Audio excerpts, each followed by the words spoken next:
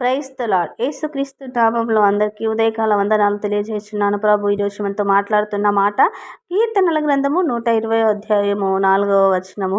తంగేడు నిప్పులతో కూడిన బాణములను బలాఢ్యుల వాడిగల బాణములను నీ మీద వేయును.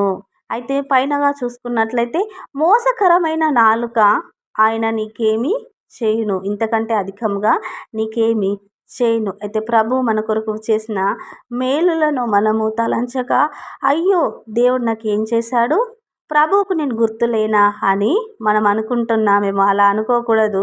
ఎందుకంటే మనం అనుకున్న ప్రతి మాట నిప్పుల కుప్పగా మన మీద ఉన్నది. మనం ఏ చెడుతో అయితే విత్తుతామో ఆ చెడే మన జీవితంలో జరిగిస్తూ ఉంటుంది. ఎందుకంటే చెడును విడిచిపెట్టి మంచి మాటలు పలకాలని దేవుని వాక్యము సెలవిస్తూ ఉంటుంది. బలాఢ్యుల వాడిగల బాణములతో ఎందుకంటే మాటలు మనము బలము కలిగి శక్తి కలిగి మనము మంచి మాటలు పలకాలని ప్రభు వాక్యం సెలవిస్తుంది. కాబట్టి దేవుడి కొద్ది మాటలు దీవించి ఆశీర్వదించును గాక.